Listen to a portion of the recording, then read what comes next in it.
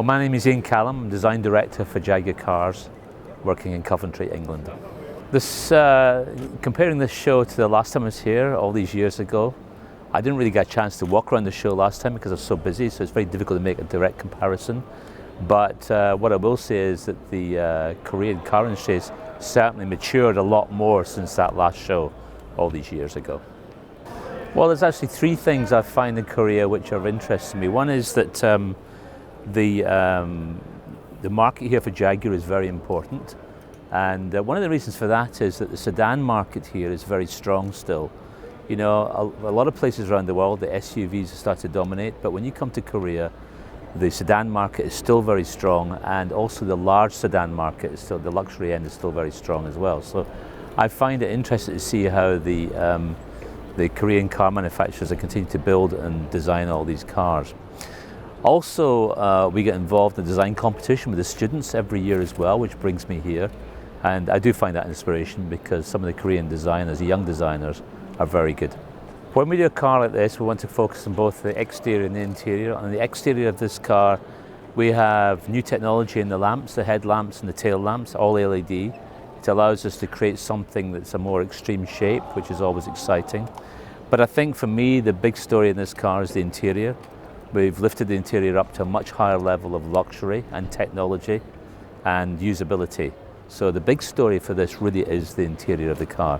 It's a much, much more luxurious interior than the previous one. The SUV market around the world has grown in popularity, and that's one of the reasons why we've embarked on it. We realize that if we want to be part of the bigger world, we have to produce them. The thing about a Jaguar SUV is we still try to make it as beautiful as possible. And also from a drivability point of view, it's more exciting than other SUVs. So we have specific standards and philosophy towards a brand that still fits the SUV. For instance, the F-Pace has got a much sleeker look to it than other SUVs. And the I-Pace certainly has got an even more sleek look to it. As for the future, we will continue to develop SUVs with very much the same philosophy and try and make them look as sporty as possible, as well as drive as sporty as possible. We have a number of new technologies coming through the car industry now. We have electrification, we have autonomy, we have digitization, and they're mutually exclusive. They're connected only by time, really, and the fact they're happening at the same time.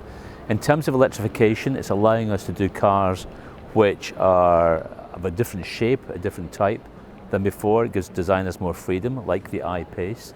So electrification offers opportunity to create different designs. Autonomy is about what you do with the interior and give us flexibility for how people want to use the cars if they're not driving them, and we are looking at that at Jaguar, and that may well change the shape of the car as well if people are using the interiors in a more flexible way. And we're looking seriously at autonomies at levels 3, 4 and 5 in our industry at the moment, and so that will lead to slightly different focus on the interior, and that may well change the shape of the car a little bit more, but you have to wait and see.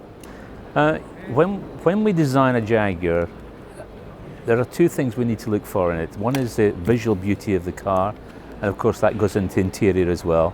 But the other one is, in order to give the car a sense of excitement, we look at the proportions of the car. The overall shape is really what matters more than anything. And we try to exaggerate things on a Jaguar to make them more exciting. And if you look at the history of Jaguar, that's always been the case. So that's the most important thing, is the proportion, exciting proportions and almost exaggerated proportions. I think if you're going to be successful in design, first of all, you have to understand the brand you're working for, and you have to understand the philosophy and the ethos of that brand, and focus on how you make that even more important for the brand in the future. Also, you need to discipline yourself to do things in a way which are clear to understand. And I think that the one thing that I always try and impress upon my student designers is the end result should be easier for people to understand in a way that you're not there to explain it, because you cannot be there to explain it to every customer. So the story that you tell at the end is very clear, visually and from a practical point of view. Just one. I think the nature of this car people need to look at are really twofold. I think the overall proportions of the car are very exciting. The detailing is exciting in the exterior.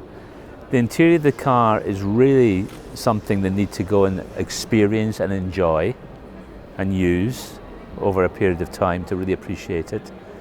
But just as important, drive the car and see how much fun it is to drive.